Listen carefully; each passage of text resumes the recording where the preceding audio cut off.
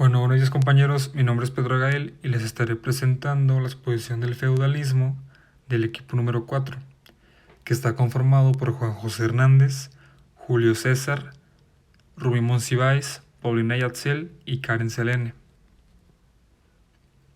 El feudalismo es el sistema contractual de relaciones políticas y militares entre los miembros de la nobleza de Europa Occidental durante la Edad Media. Se caracterizó por la concesión política y militar, contrato sellado por un juramento de homenaje y fidelidad, pero tanto el señor como el vasallo eran hombres libres. Unía la prestación política y militar a la posesión de tierras con el propósito de preservar a la Europa medieval de su desintegración en innumerables señorías independientes tras el hundimiento del imperio carolingio. El feudalismo fue el sistema político que predominó durante los siglos centrales de la Edad Media, entre los siglos V y XIII, en la Europa occidental y oriental. Se caracterizó por la descentralización del poder político, pasando la difusión del poder desde los reyes o emperadores a la base, formada por la nobleza y la aristocracia, que era donde se llevaba a cabo la ejecución del poder local.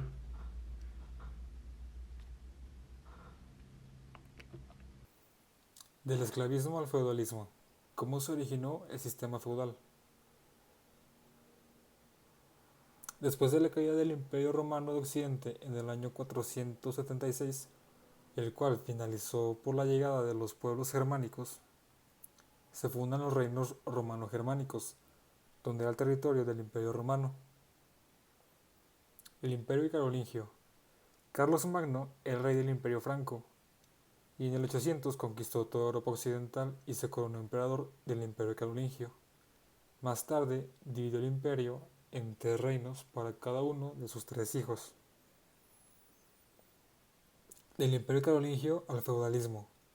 Tras la muerte del rey Carlos Magno en el año 814, el poder del imperio disminuyó, Europa se dividió, los reinos se debilitaron y la monarquía perdió fuerza frente a los nobles, a los cuales se les había asignado para defender un territorio, los cuales se apropiaron del poder político de los territorios que se les había asignado su protección.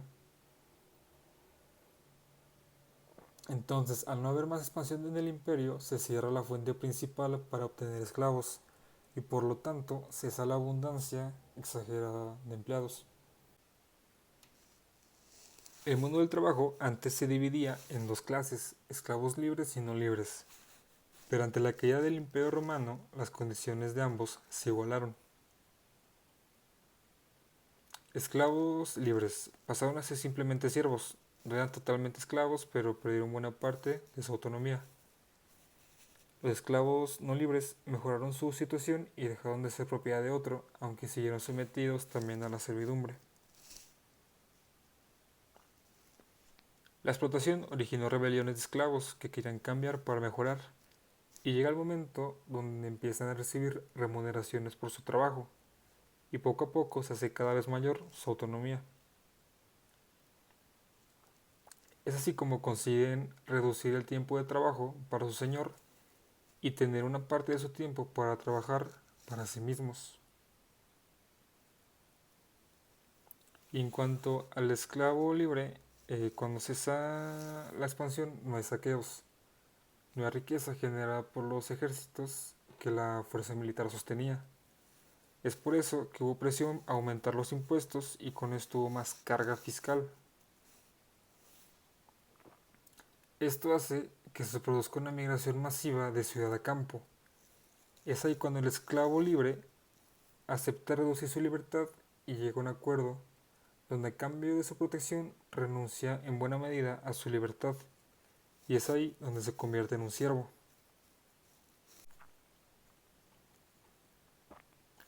Ahora, ¿qué es la economía feudal?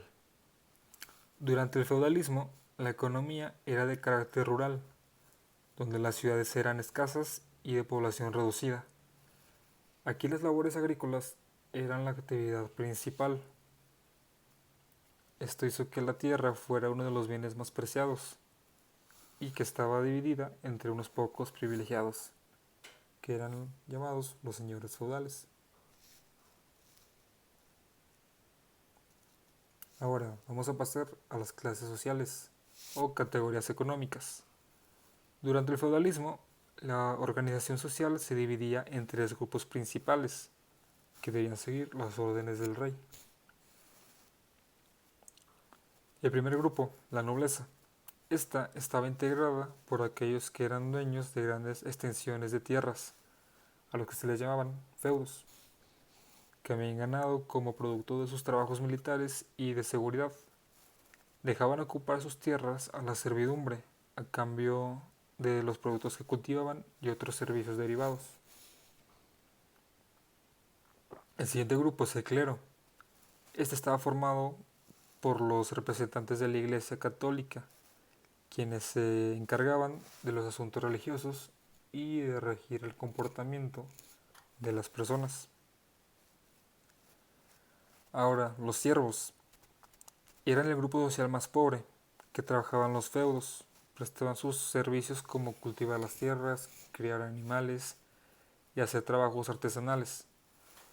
Todo esto para servir al señor feudal, que era el dueño de las tierras y que los dejaba vivir en ellas.